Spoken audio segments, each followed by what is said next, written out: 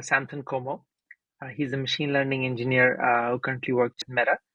He has worked in recommender systems and GenAI, and he's going to share about generative retrieval, something that is at the intersection of recommender systems and GenAI.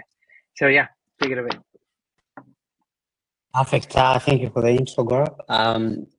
So I'll begin by maybe for the audience who may not know the stacks which are involved in any recommender system. So we have several stages. We have the retrieval stage, and then we can have an early stage ranking, and then the final stage ranking. So if you think about it in terms of, let's say I'm Netflix, I have 1 million videos I want to show to my user when they click on their app. But obviously no one has a space to select the 1 million users. So I need to, for example, select let's say 500 or maybe 100 my best bet that the user would want to watch those movies, and then finally filter them or order them according to the final stage ranker is what does the ordering part. So the part we are going to be discussing today is the first stage, the retrieval part, whereby you have those 1 million and you need to select top 500. So that's a part we're going to be discussing today, and it's my own opinion that actually if you get this part wrong, even the final stage ranking, you're just reordering stuff. So that's one of the reasons why I kind of I have more interest in this. I can say that. So question, what drove me to go ahead. So you said you get this part wrong. What is a measure of success for retrieval? So statistically, or just to use a statistical measurement, it's called recall. So basically, you're just trying to measure of all the movies recommended. Let's say I recommended 1,000 of them, how many the user really watched. So that's kind of the measure or the metric you're trying to go for here. I'm not trying to go for like the precise, for example, did the user click this fast or not? That is done by the later stage ranking. Here, I am just trying to filter of the 1 million videos I have or the 1 million movies I have.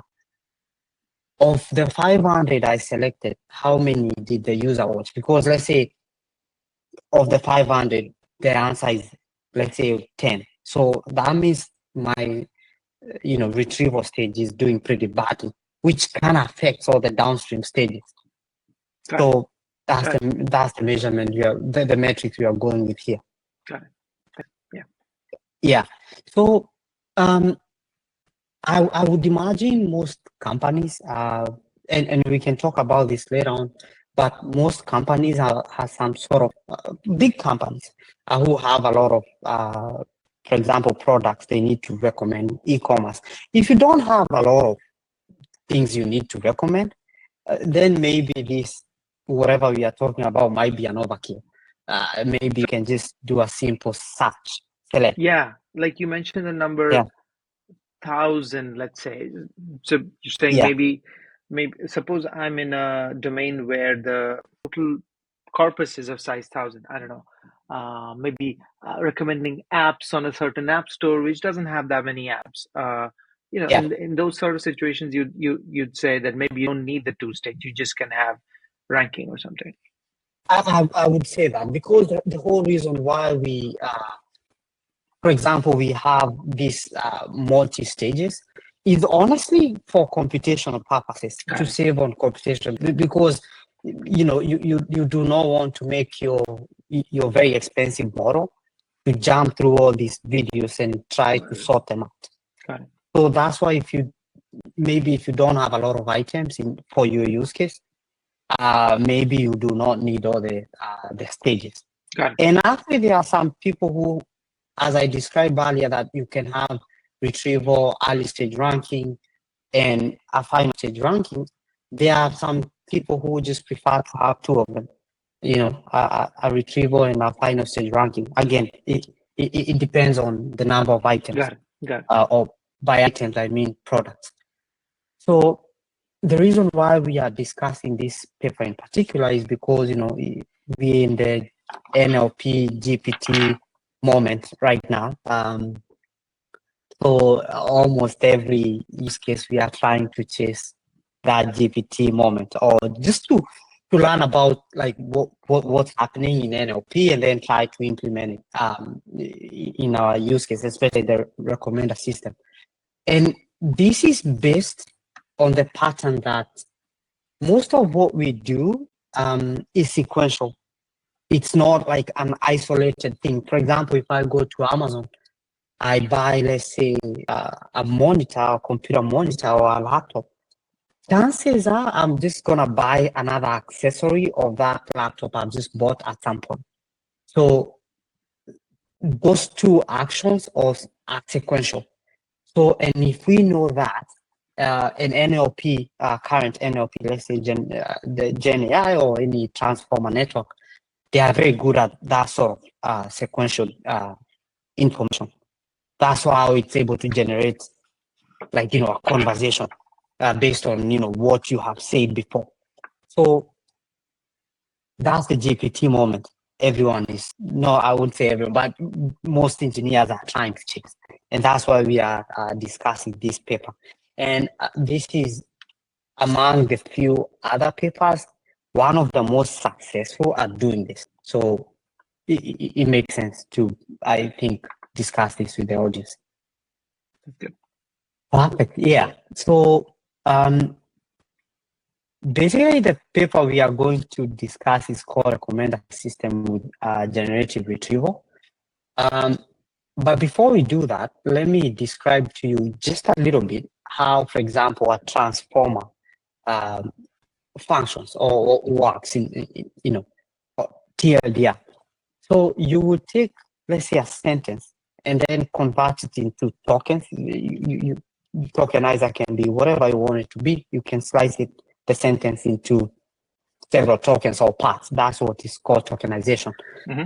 You would take that, feed to a transformer, and then want it to generate the next token based on the length, based on what I've just given it. Let's say I've given it, I am a very good, I expect it to generate the next token. Like, I'm a good person, something like that. I'm a good engineer, something like that. That's what transformer works. And that's important to keep in mind, because what we are now trying to do is the same thing. We are trying to feed the transformer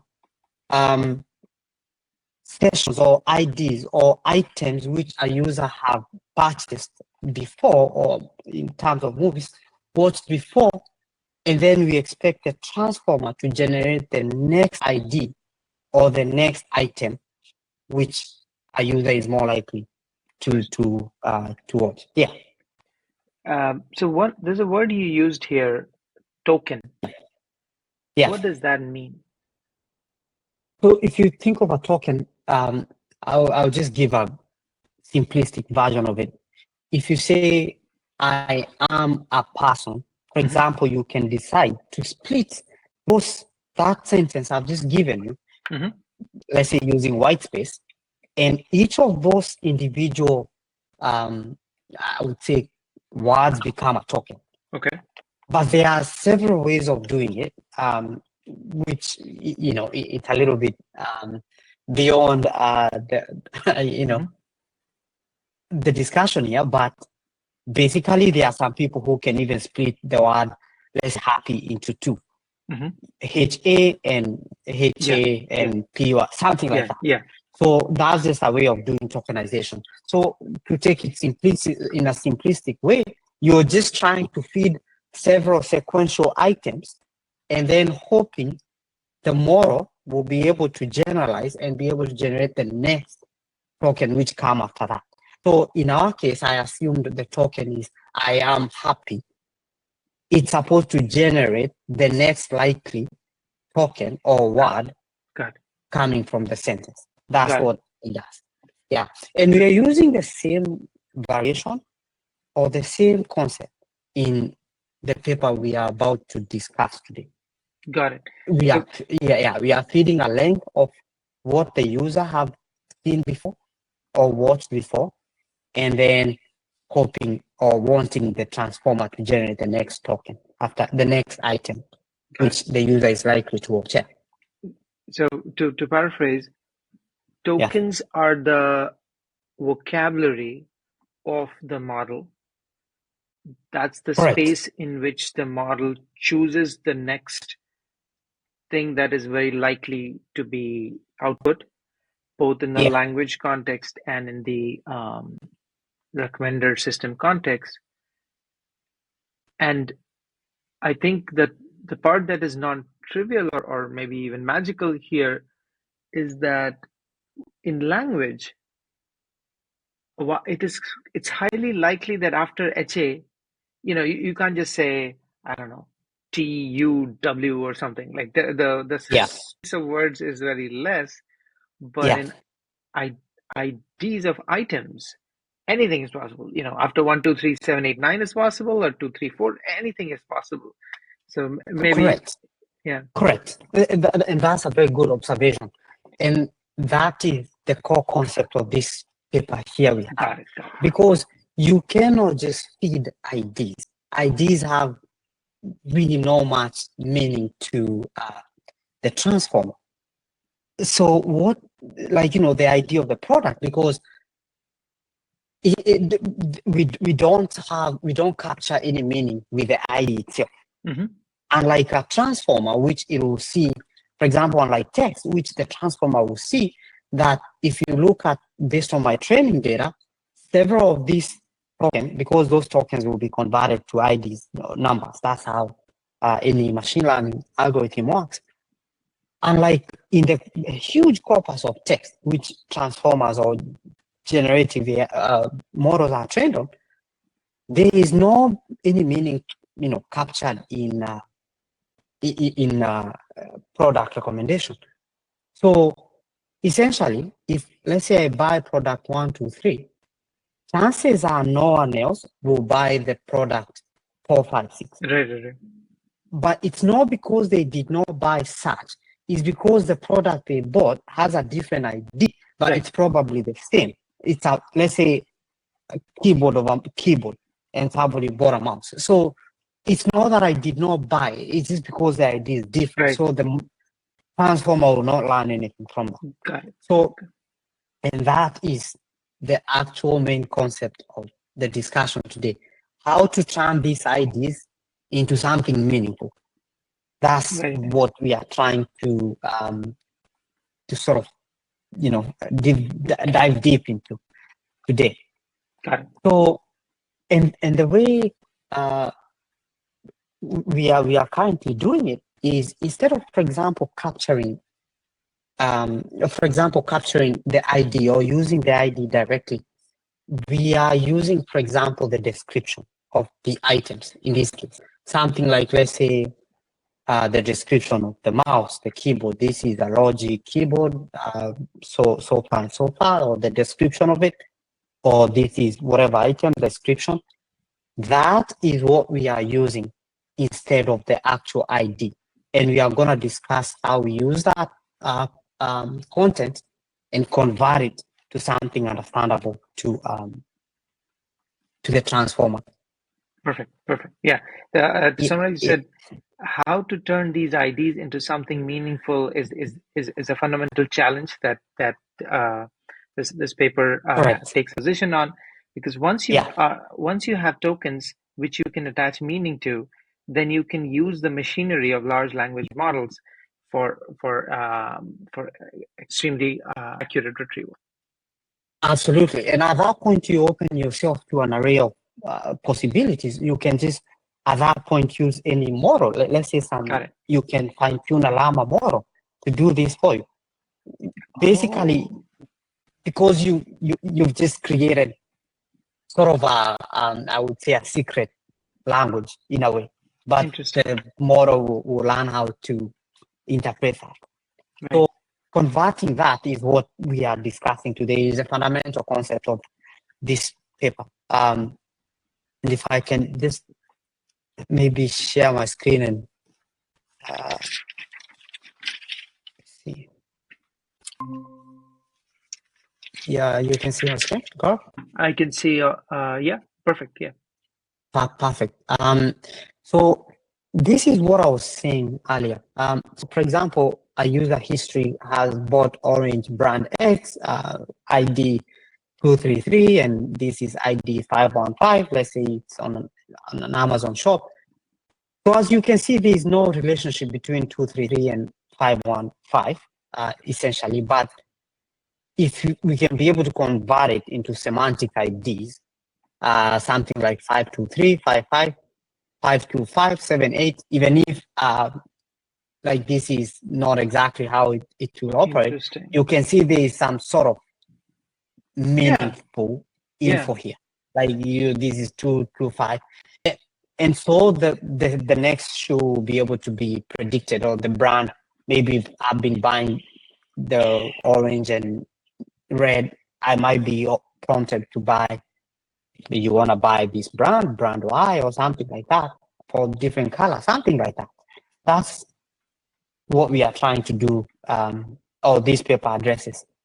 And I've highlighted several sections. So this is how other companies, or how majority of the companies or in the industry we are using. And if we have time, we'll talk about that.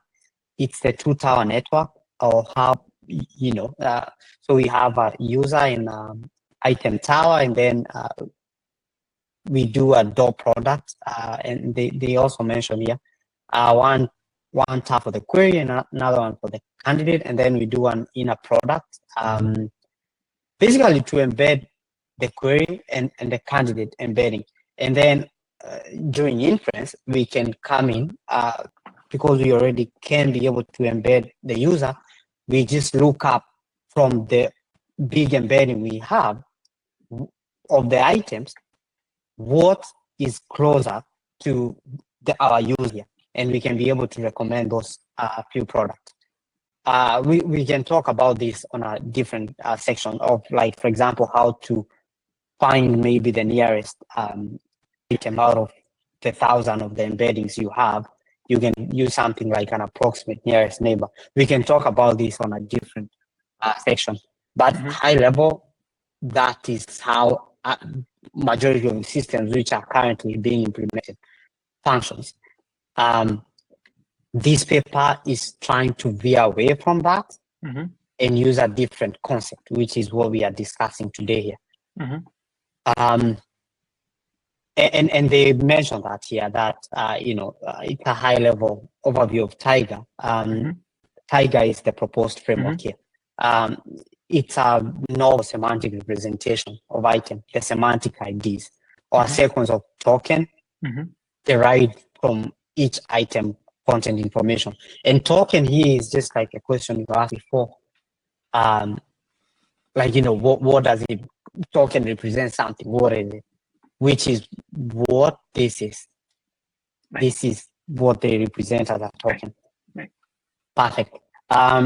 So if you think about it, you can already start to see that the majority of the core concept of this paper is how to represent that. Yeah. And that is a part where we kind of need to sort of maybe discuss a little bit further, because transformers really has been out in the industry, and most of us, we know, or we can have a different session to discuss about that. But the core concept here is how to transform your IDs or your item IDs into meaningful tokens, sequential tokens, right, which makes sense to the transformer. That is where we are going here. To kind of just replay what you said, that previously the form of retrieval, like you mentioned, two tower, nearest neighbors, all that would operate on IDs. We would not make any assumptions on IDs, no need for meaning, and we would put all the difficulty of retrieval in the embeddings that we find. Here, there are two parts. One is to give every item a semantic idea or sequence of tokens where there's a sort of meaning. Meaning, we mean similar items are together, and I think you'll expand on that. But once you have done that, once you have given tokens appropriately, rest of it, you're saying, is mostly borrows from existing literature, existing knowledge of how we do language modeling. That part is not, that part is not terribly new, but the part that is really new and that this paper sort of showed can be done is this finding of these meaningful IDs. Absolutely, and there is some sort of related work, as I'm showing on the screen, where people have tried to do that before. I won't discuss all of them, but there's a VQREC which generate codes, the semantic ID part, that is closest to what we are about to do or to discuss. And then there is this paper now. So the diagram I'm showing you is the fundamental concept of how this is done. So let's say, for example, the description I just showed you. In the paper, they mentioned sentence transformer. But let's say the description of this is a mouse, USB-C mouse. Let's say that description, or whatever else other description you want to have, you concatenate that, and then you make embeddings from a pre-trained model, like sentence transformer, which is open source. Let's say, and you can choose any other embedding way you prefer. But basically, you're turning that into meaningful information to begin with. So that is what you start with. And then they also discussed that in the paper as well, you can also have concatenate the user IDs. Apparently, that also makes the recommendation better, but let's not deal with the complexities for now. So just think of, you already have that embedding of the description of the items which you have. You pass it through a DNN or a decoder network, and then, or an encoder network, sorry, DNN encoder network, and then you pass it to the quantization, sorry. And let me describe how this works. For example, here you initialize maybe 3 or 4, depending on how many code books you want. You can think of this as, just think of it as a book, really. A book of, let's say here, 7 pages. Or the same, you have 3 books or code books of 7 pages. But here, those are just, books. These are like embeddings. And then from your initial after you pass through your encoder, you take that embedding, you go to your first code book, you look up which is the nearest, which is the nearest embedding I can get from the first code book. You find, let's say in this case, it's the red one. And then you subtract, you're trying to get the residual. That's why this is called the residual RQVA, the residual quantization. You find out what the residual is, which is number 1 here. I don't know whether you can see my selection. Yeah, which is the number 1. From blue, you found out what is closest to blue in the first code book. And then you subtract it to find the residual, which is 1. And then this happens sequentially. You then use the residual which you get, you go to the second code book, you look up which is the nearest embedding to the residual here, which I got in the first operation. Then you find it. You then repeat the same operation of finding the residual of your residual now, and then you proceed to the next code book.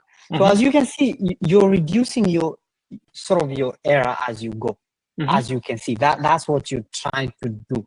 And there's discussion of how many codebook you can get. Here they use 4, but there's so many other ways to sort of do it. We won't go into that, but in case somebody wants, we can point them to the right materials of how you can do that. But they used 4 here, and it worked well for them, or for this paper. But then those are not the code. The code which you're using is the initial here, the initial closest embedding to your input. So for example, the blue one, which is the initial one you got from your DNN, is the closest one was red, which is what we use here. And we just use the index of it. So for example, this was index 7, index 1 of your next residual, closest residual. This is what you return as your code, as semantic code. And then you pass. Go ahead. What does the plus mean? What I'm getting is that 7, 1, 4, or the sequence of 7, 1, 4 makes sense to me, but I don't understand the plus.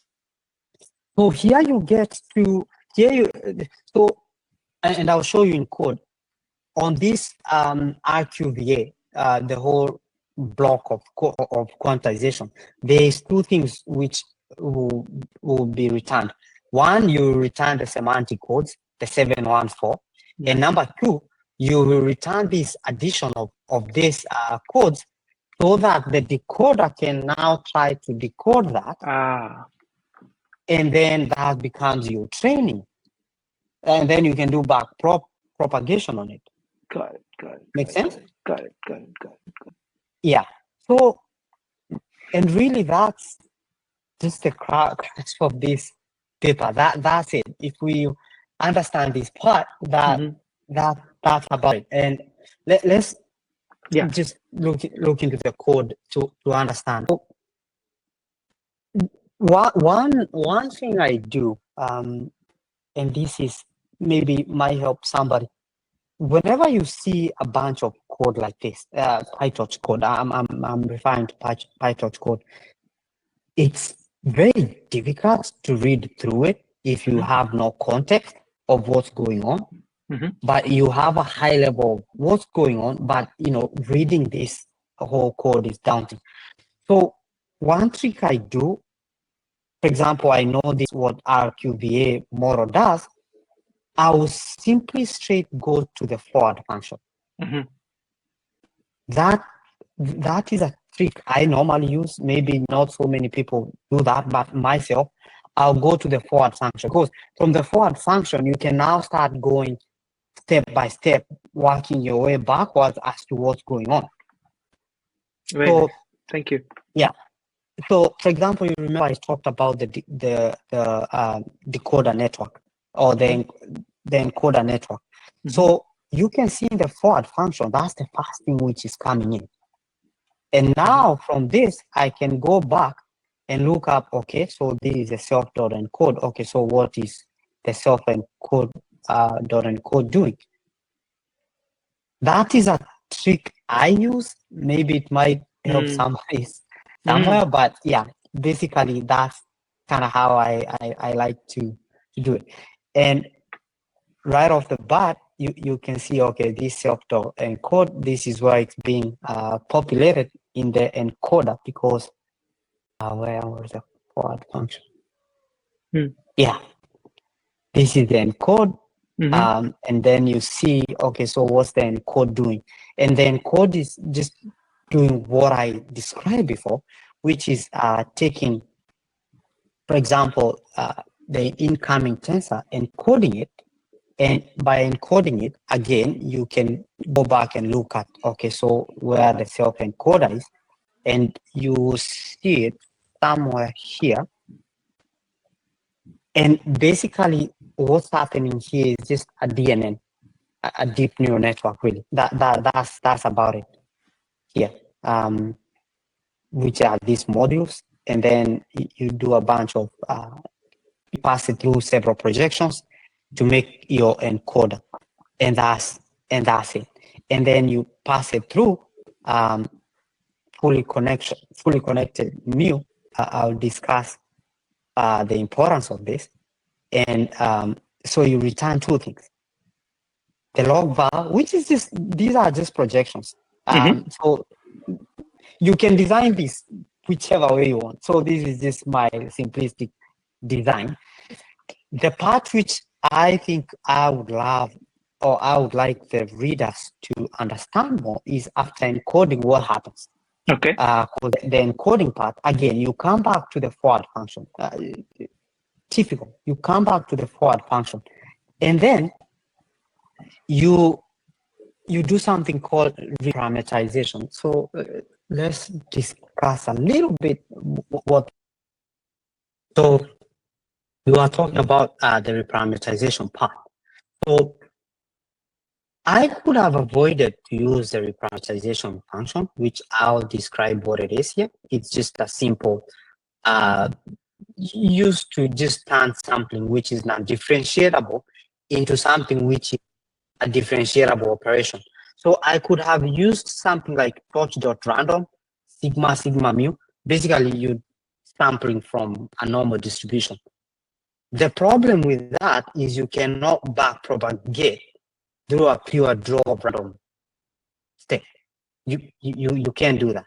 So the trick which many encoder-decoder algorithms use, and you can see this done in let's say Boseman machines, and I think autoencode, there's an autoencoders which does this. I can't remember the name, but basically that this is something which is done in the back. So this is not something new. So and then that, you remember what I described, quantize or the quantizer, you get two things, the quantize and the codes. And the quantize is what is go to the decoder part. So let's discuss this. Again, I'm on the forward function. So the forward function is what will sort of help you figure out what's going on in the code. Otherwise, if you started from the bottom up, from the top to bottom, it is absolutely difficult to figure out what is going on here. So for anyone who will look at this code, just start with the forward function. Yeah. Yeah. Yes. Yes.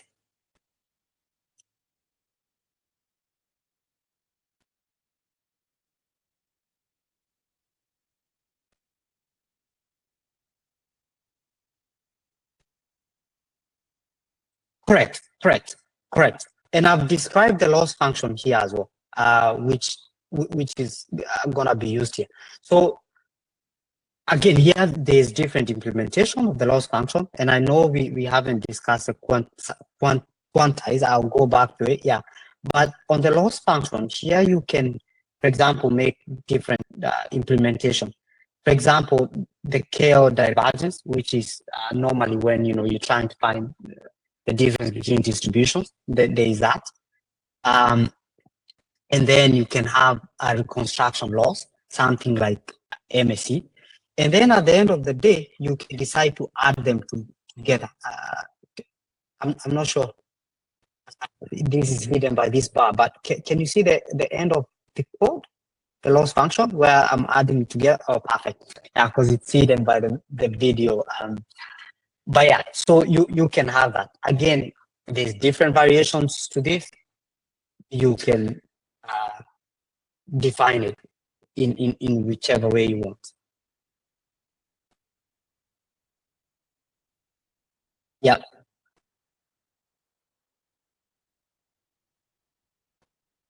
Yeah. Yeah.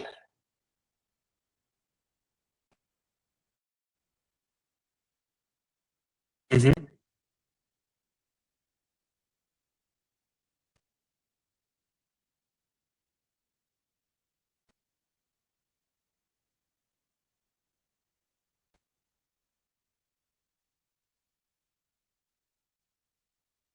Correct. That's why it's useful because that's okay, for example, for the forward, but for the back propagation, it's not going to be helpful at all. This model is not going to learn anything.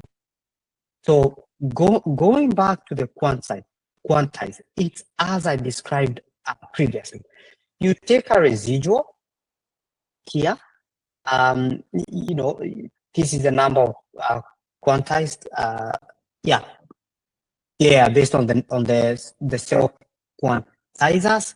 So the self quantizers again, as I described earlier, if you read this code bottom up, you will be able to understand what's going on. So, for example, you come here, and if you have an ID, I'm unfortunately using Google Chrome. So if you have an ID like VS Code, you just click it, and it will take you to where this code is defined. You can be able to see where this self quantizers is this. I already know what it is, but I kind of want the reader to see. Like if I were an engineer, I saw this code, the steps I would take to to figure out what's going on here. So the self quantizer part. So you look at yeah, okay.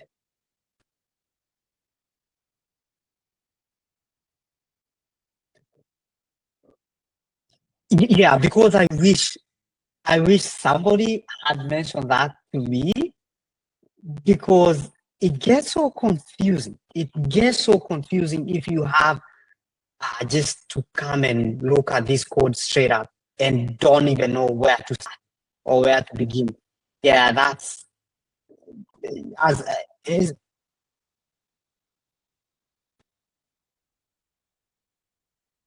Yeah,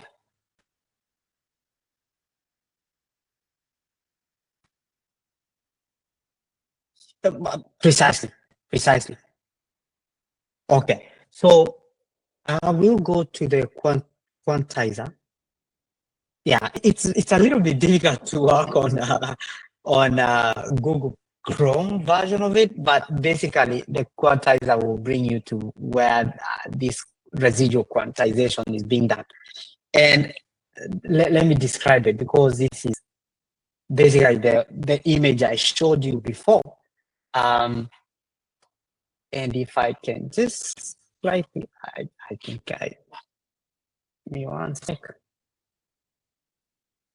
If I can just slightly bring this here, just to remind the reader of what we had talked before, how we came up with the residuals.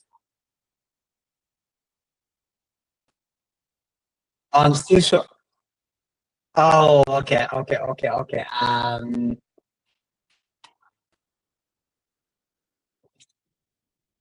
Okay, let me.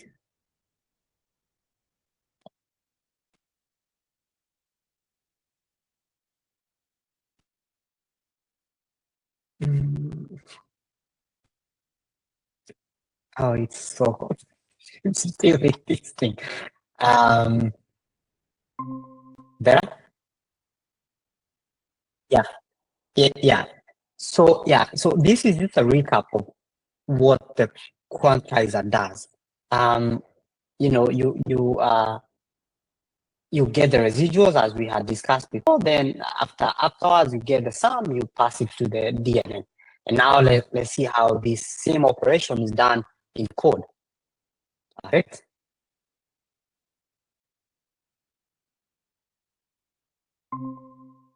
Oh, yeah,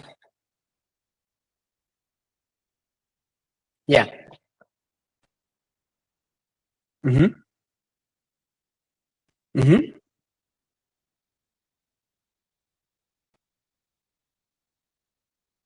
Mm-hmm. Yeah.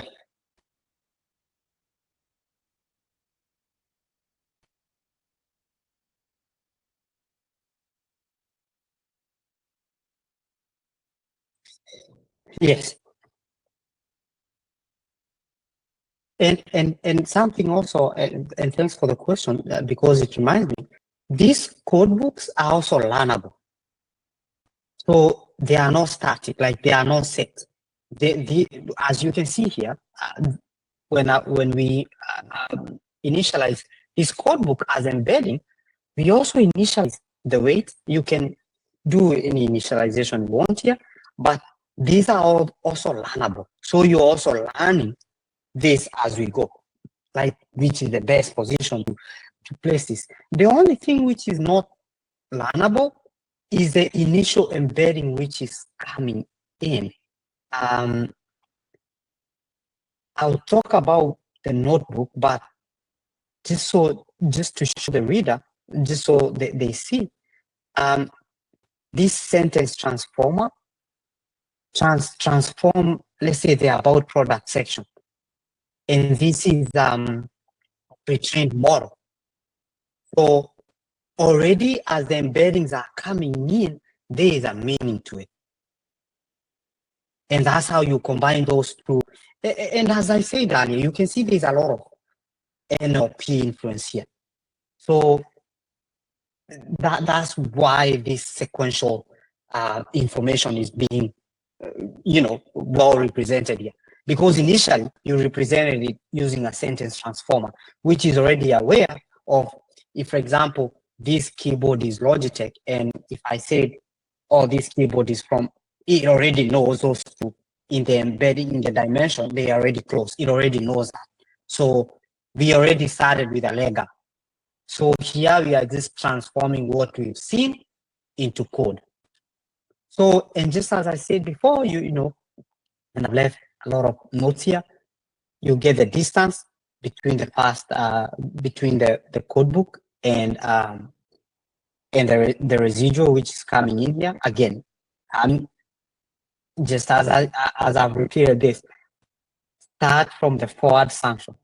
You get the residual, okay, so the residual is coming in, you find out, okay, so this is just the code book weight, but the residual, you find out, okay, what is doing.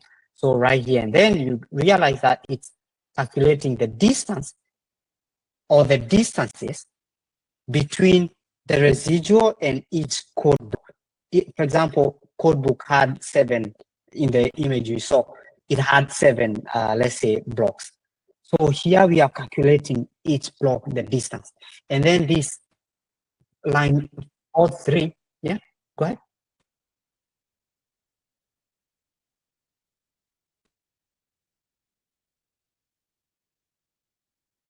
Yes, really. So, and then the admin is just deciding what index, what index, like, you know, what index is the closest distance. And then from there, that's what you return.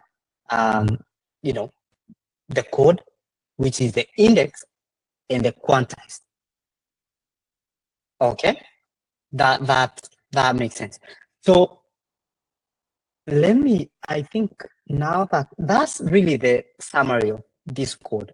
Yeah, the rest we have talked about the loss function and all.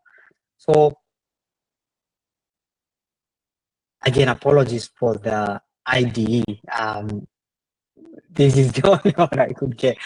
So to test out our logic, and I should mention, so after that has happened, you know, you can train your RQVA, and then you find per each product in your category or per each product you have, what's the code, you know, what's the code for that product. Just, you can do that as well, so that you can interpret back what comes from the transformer, what product that is.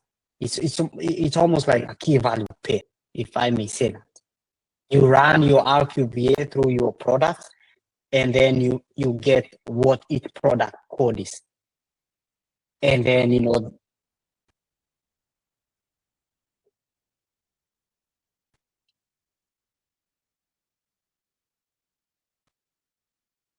yes, yes, yes, yes, yes, yes, yes, yes, yes, yes, yes, yes, yes, yes.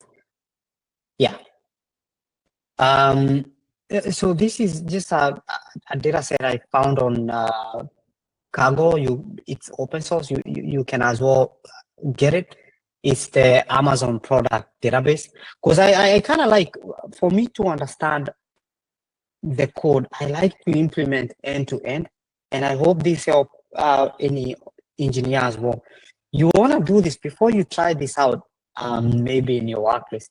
You want to make sure you can implement an end to end solution or something workable. That way you can be able to translate this into your use case. But the easiest way to test it is to actually implement an end to end. Otherwise, you wouldn't know, is this functional? Is it doing what it's supposed to do? So there's this data set, thanks to the open source community, there's this Amazon data set, product data set. You can look it up. Cargo is where I look up most of my data sets.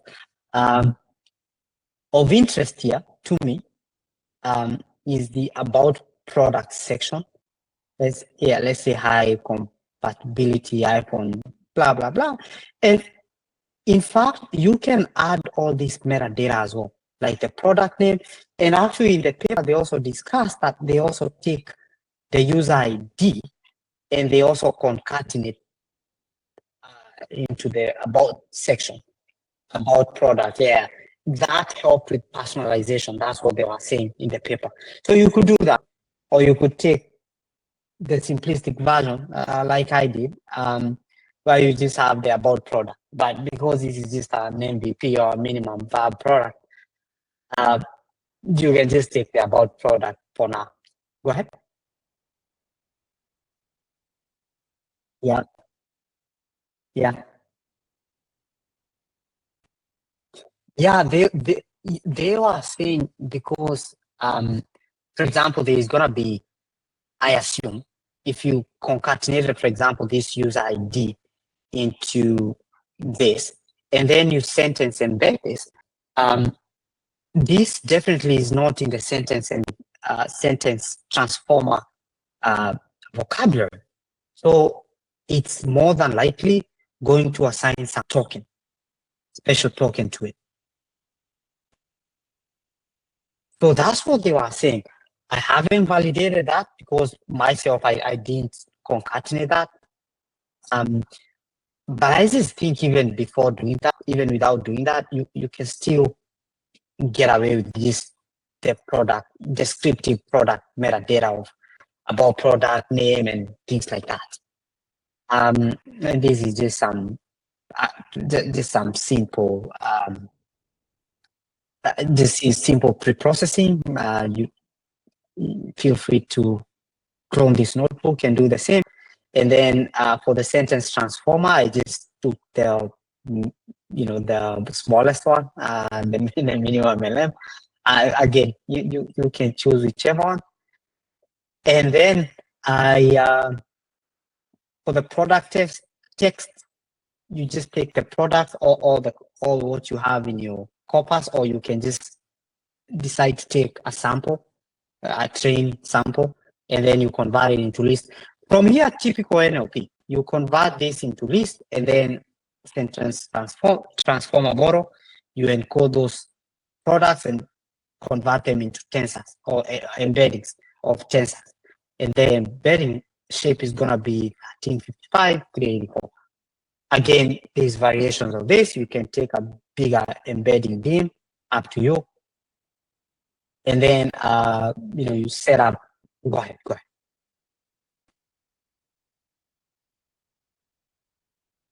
Yeah. Yes. No. It's not the number of products. It's normally the vocab. The vocab size is what they go with here. This is the embedding dim of what you're trying to show. Or is that what you're asking? Oh, I see what you're saying. I see what you're asking. Yes, because a sentence transformer is transforming the whole sentence into. Okay. Sorry, I misunderstood your question. Yes, the current shape which I'm showing here. Yes, it's this. the length of the product here. Yeah. Sorry about that. Yeah.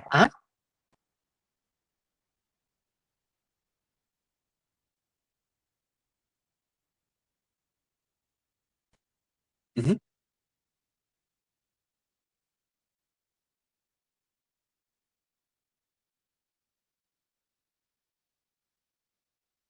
Yeah.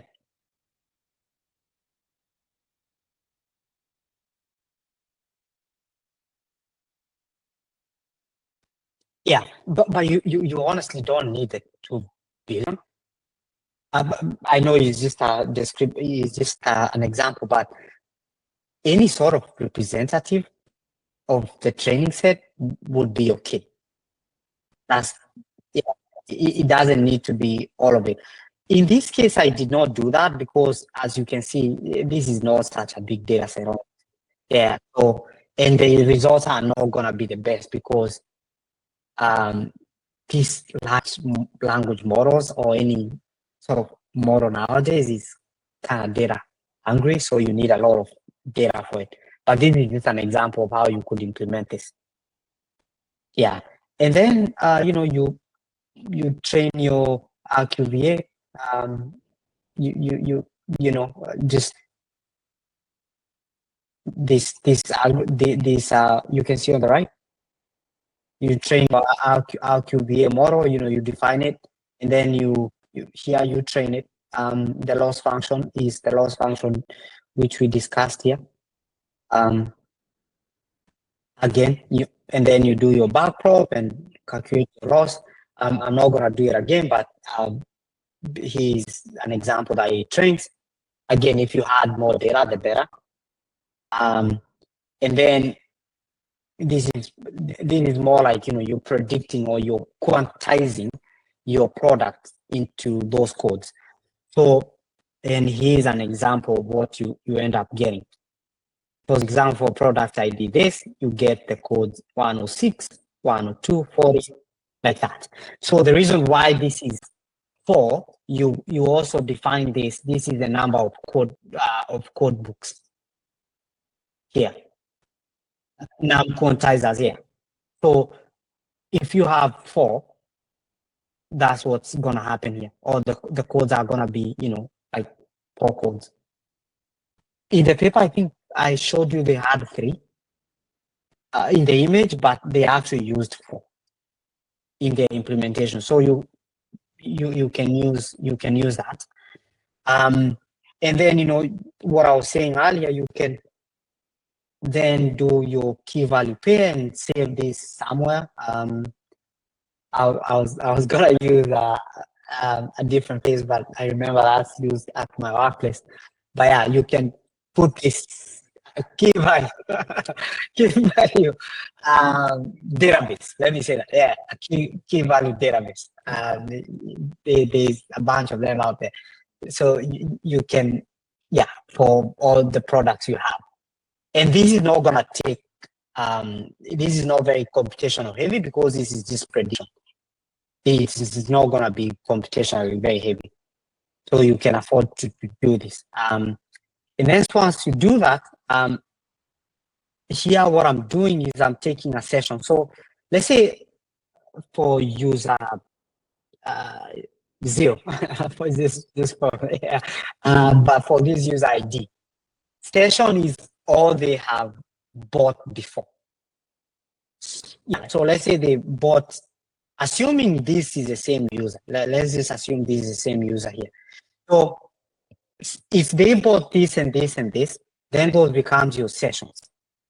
So, and then to train your, so for example, I checked one of these, the best guy here, or the best session I could get is 9. Somebody had bought 9 products in the past. As you can tell, that is extremely limited info because you want a user to have a large historical purchase.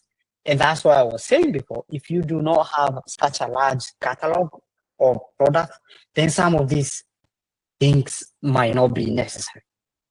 You might just not want to try to do this. Maybe if you have a large catalog, maybe it may be helpful. Yeah. Yeah. Yeah. Yeah.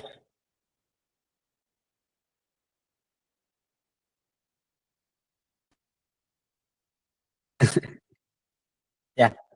Yeah. Yeah.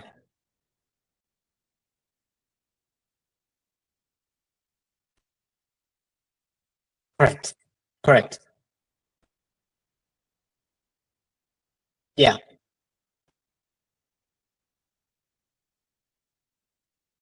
It is still useful because let me think about that question. So you have 2 billion users, and each user have friended, let's say, only one person, or let's say 5. So the session of the user is 5. They've friended only 5 people. You might not learn enough from that. So for your training set, I would maybe go with users who have how do I say this? I would say with users who have maybe they have a larger graph. Yeah. Yeah. Yeah. Yeah. You do. Yeah. Yeah. Yeah. Yeah. You absolutely do. Because at the end of the day, so for example, this flattened code, that's what it currently is doing. So let's say these are all the sessions. We had 2 sessions here. So if we flatten it, this is what ends up happening. And then now think of it as a transformer. So a transformer length, it will depend on the length which you give it. I think, if I'm not wrong, we initially started with 512 length, but I think right now we've gone to more token length, so that should be fine. So for you to fully utilize, let's say, the GPTs, it might be helpful to have something which is a little bit longer than this. That's what I'm saying. It can be arguable, but I would argue for your for your transformer or GPT to learn better. It might be better if it has something bigger than, because let's describe what a transformer is doing. Just briefly, transformer, for example, will mask 3 and then take 5, 1, 2, and then try to predict 3. That's what you will do. And then it will go on, okay, it adds 3, and then it will mask, let's say, 62, the decoder, and then the decoder will try to see, okay, based on this, 62 is the best token. And that's how it learns to predict the next token. That's a simplistic version of it. So as you can see, the more you have, the better. Make sense? Yeah.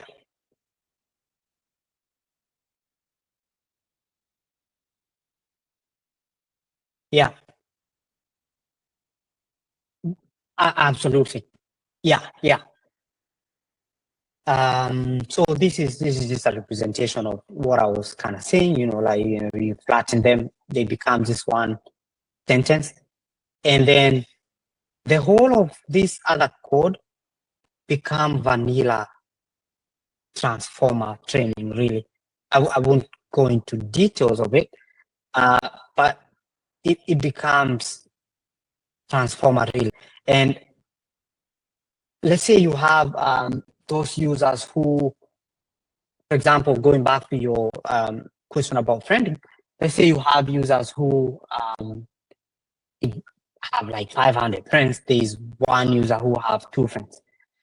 So in batch, during batch computation, the batch computation, as the batch of the data coming, there's gonna be padding. So, and what padding will do, it will put zeros to fill in the longest, let's say, sentence you have. So, and there are different ways you could do batch padding. You could just decide, for example, let me stick to 20. You just, anyone who has something longer than 20, cut them off. You just use the past 20. Or you could just decide to use, oh, okay, I don't want to lose information. So the longest session is going to be my padding length. And then everyone else who falls under that, if you don't have up to that length, you're padded by a number you can decide to choose. I thought I mentioned that because of the question you had asked before. But nowadays we know you can even mask this, like mask the padding, so that won't be so bad. Because you just mask all those paddings when you're training your transformer.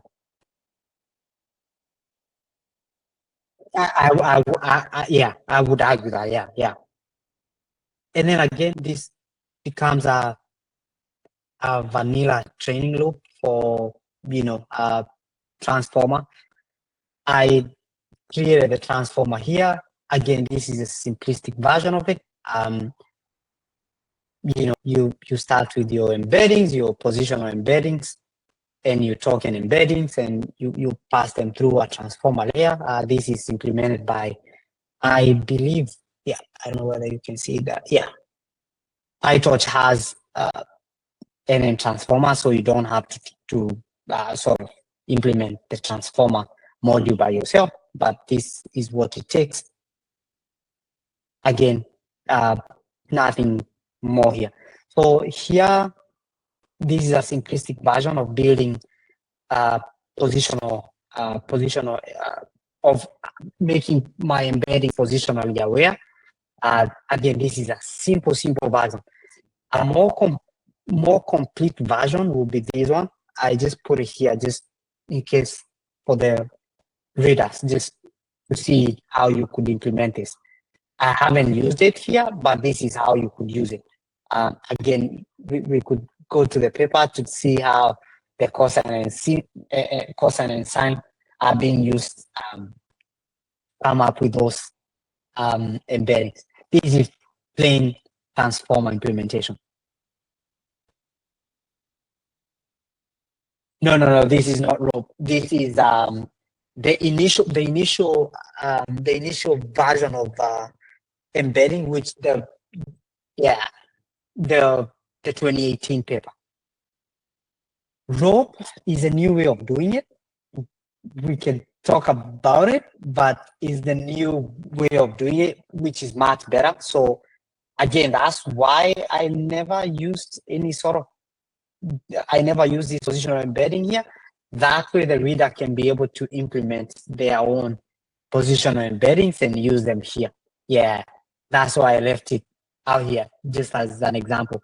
But this is a simple way of building positional indices.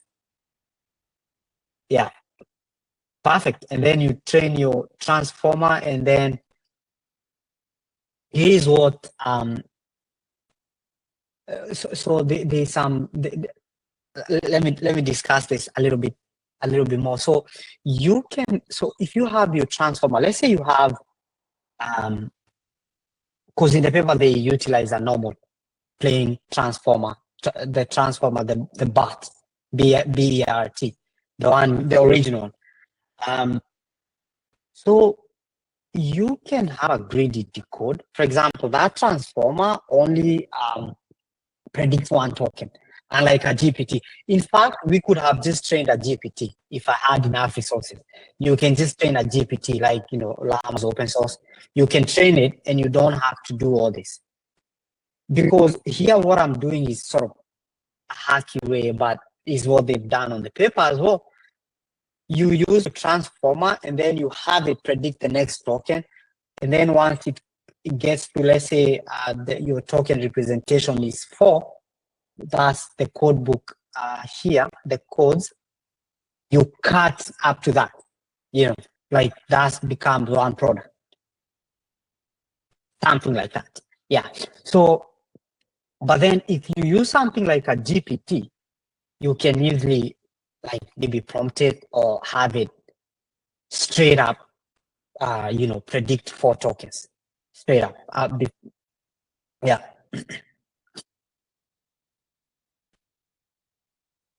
Yeah. This is inference. Yes, yes, yes, yes, yes. Perfect.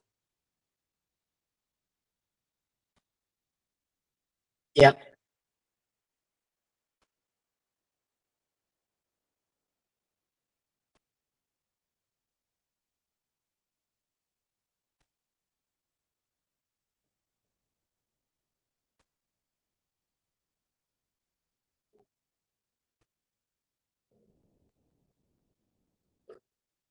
At that time.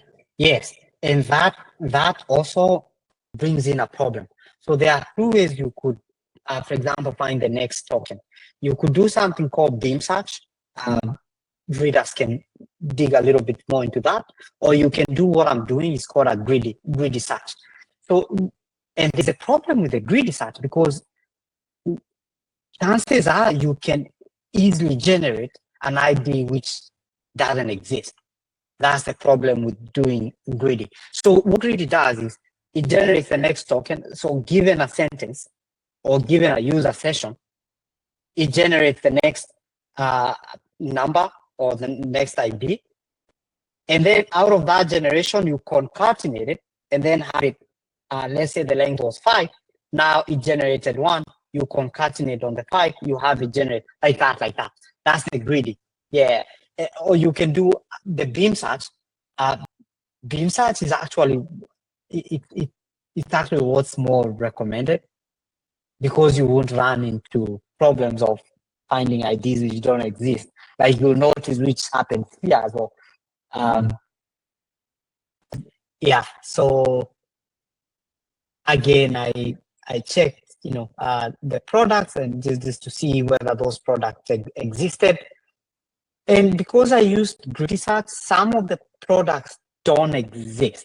And I checked it. For example, for this user, the predicted product is 106, 102, like it is a predicted semantic ID or token, if I may use that one. And you try to look it up, it doesn't exist because, again, doing it in a greedy version is not the recommended way. So a solution to that is using a nearest neighbor search for that.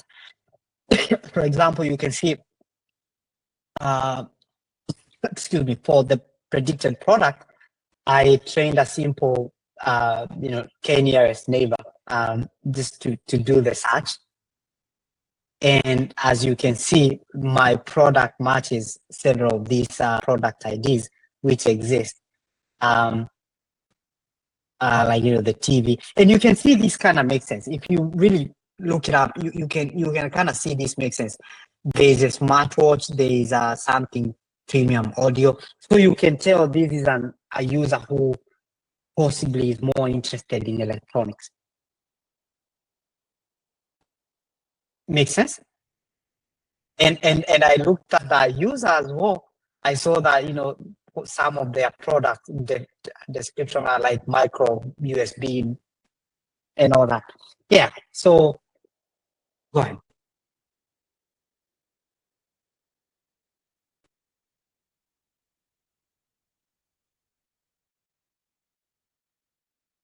So let me write it down. So assuming you have your key value pair, this becomes almost like the traditional way or not the traditional, but the industry way where you have your embeddings, and then you do a k-nearest of the user embedding and the product and then you find it. So it becomes the same thing. So for training my nearest neighbors, I use the semantic IDs, all the semantic IDs, the one which had been predicted. You remember the place where I mentioned that you take your RQVA and then you make a key value pair of all the products you have. So that's what I did. I just picked those all the in my categories or in my small data set size of semantic IDs. I trained nearest neighbors, and then out of those neighbors, I looked at the first neighbor, which is, you know, first neighbor, which makes sense from the predicted product. Yeah, but there is no point of doing that, to be honest. You wouldn't have to do that, because if you do this, then in a way you go back to almost using what we are already using in the industry of two-tower network, in a way. So, but in the paper that didn't happen. The only reason why this happened to me is my implementation of how I'm generating IDs. That's why I left a caution there that the greedy version is not the best way to do it, like to generate your IDs like that in a greedy version. That's not the best way to do it. A beam search is a better implementation. Yeah.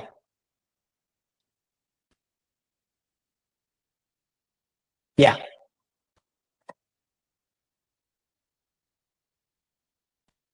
Yeah.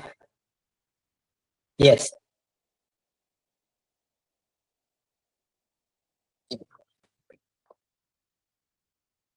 Yeah.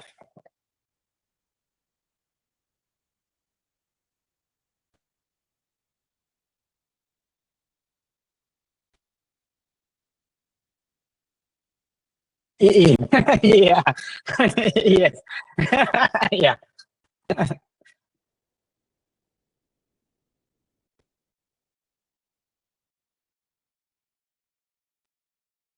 Yes.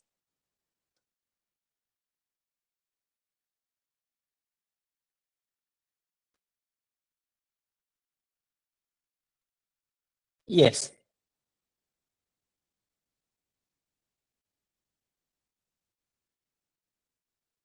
Mm-hmm.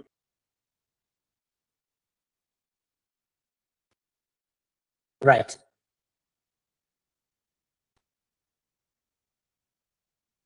Yeah. Yes.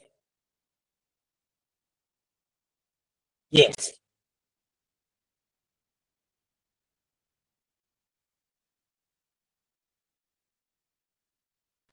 Right.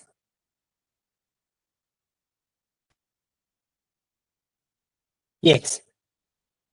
Yes.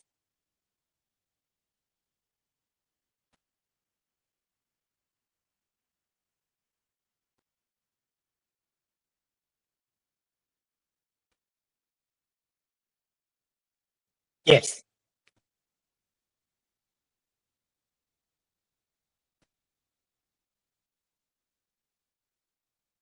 Absolutely. Absolutely spot on.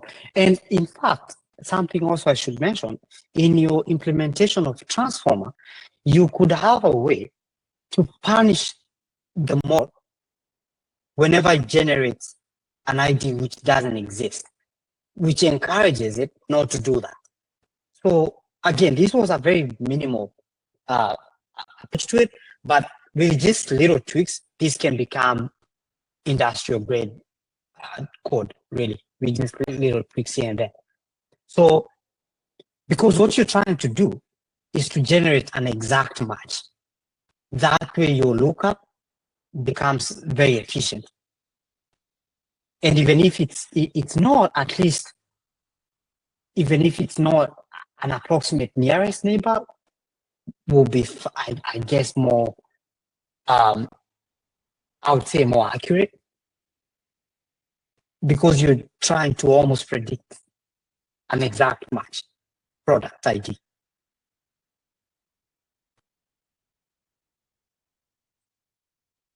Yeah.